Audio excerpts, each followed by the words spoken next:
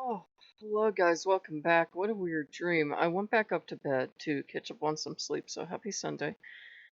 And I'm having this dream and I'm sitting, it's not much of a dream, but I want to get it down before I lose the damn thing.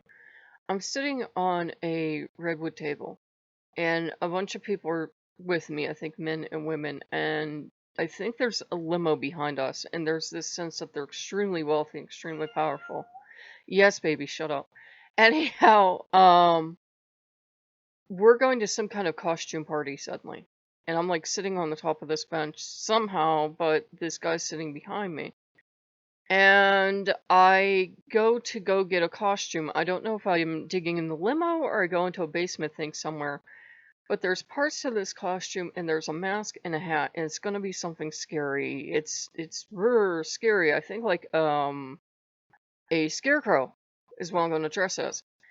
Anyhow, I bring it back to where we were, and I'm standing in the grass because it's just this area with like almost nothing, and it's grass and the redwood bench, and then there's a limo behind it, and I get on like it doesn't start to not make sense as a scarecrow costume, but it's like kind of like white pants, and this is all going over my regular clothes, and like a white kind of binder puffed out vest, and it has like four marks on it. They almost look like those targets in the VR homes I make.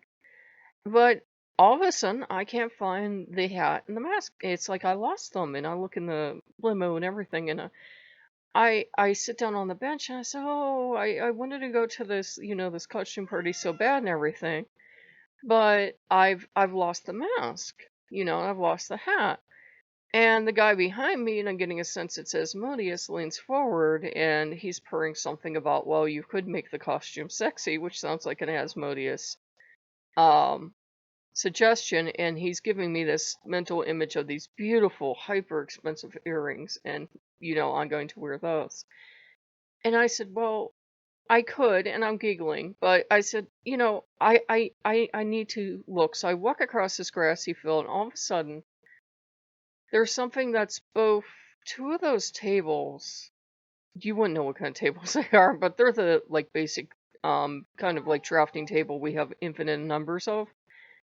Two of those stacked high, but it also becomes a redwood bunker.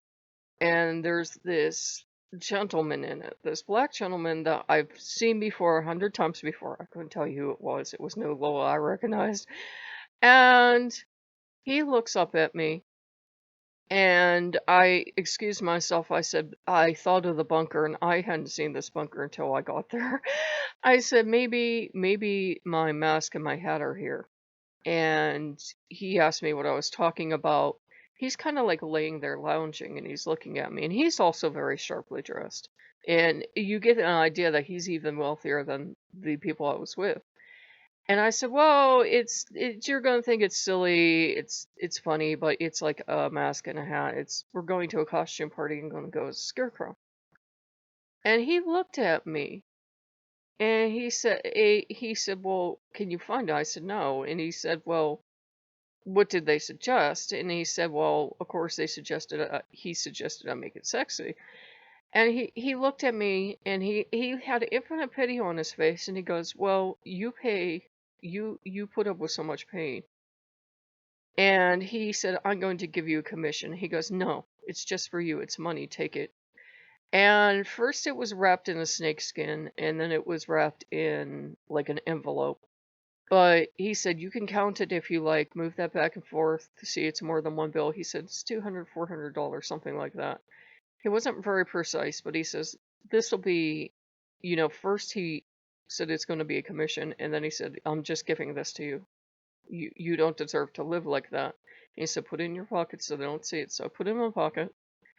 And the man leaves this kind of not bunker, like like bunk beds? Like giant bunk bed is what it was. But there was nothing inside of it. It was but shadows. This is hard to explain. It's also made out of redwood. And he leaves this. He goes transforms into, I guess, a shadow, speeds across the ground. Then there's this flash of bright white light, because he says to me before he does all this, he says, "You'll do for the new well." So he speeds across the ground as a shadow. I'm getting like a form of a black serpent in my head. And I'm thinking, this isn't Dumbala. I would recognize him. And there's this flash of light, bright white light. And there's a well for a split second, like a stone well. But then there's like a God standing there because I'm expecting to see an angel. I'm like, oh, okay, God sent angels to get me away from him. And he looks like he looks like I would suppose Ceranos would have looked.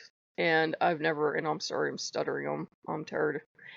And he looks like I would suppose Ceranos would look. He's tall and he's wearing all green, and it's like there's like almost like leaves incorporated into his clothes. And I'm like, well, this must just be a dream at this point.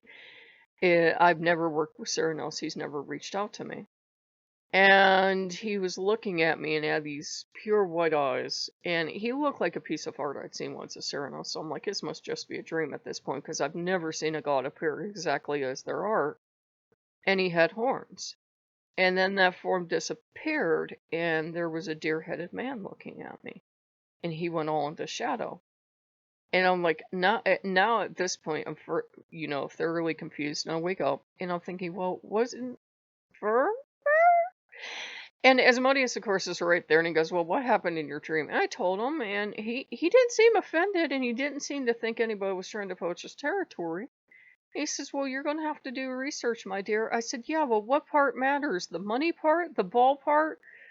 The limo? The grassy field I walked across? The redwoods? The transforming into the snake? That he was a person of color? Am I supposed to be looking in Africa? He just smiles at me. And I said, why don't you gods just give us things? And by the way, that might not be a tell. I've seen gods that are supposedly, European stock show up looking of African descent. So that's not always a tell. It usually is. It usually means you should be looking into voodoo and Santeria or something, but not always. So it was just so weird. So yeah. It was, and that felt important. That's the only reason I included that he was black. See, that's the thing. In our culture, the default is white. It was a bunch of white people I was with. And a black gentleman helped me. But that's our cultural default. And it felt significant that a black gentleman was helping me. He was wealthier and of a higher case than they were. I don't know why I'm saying case. But, he had superior wealth, and what he gave me was absolutely nothing. And he kind of knew that whatever I needed was far more than that, but it was just a gift. It was like, I know this is really not much, but here's a gift. But it was $200 to $400, and had something to do with a will. And then he transformed into Ceranos I saw on a piece of art, and then he transformed again into a deer-headed man. And it wasn't Fur, because Fur, I love Fur, but he's associated with storms, not associated with welts. And we're having another storm today when they predicted it would be sunny. So welcome to the end of the world.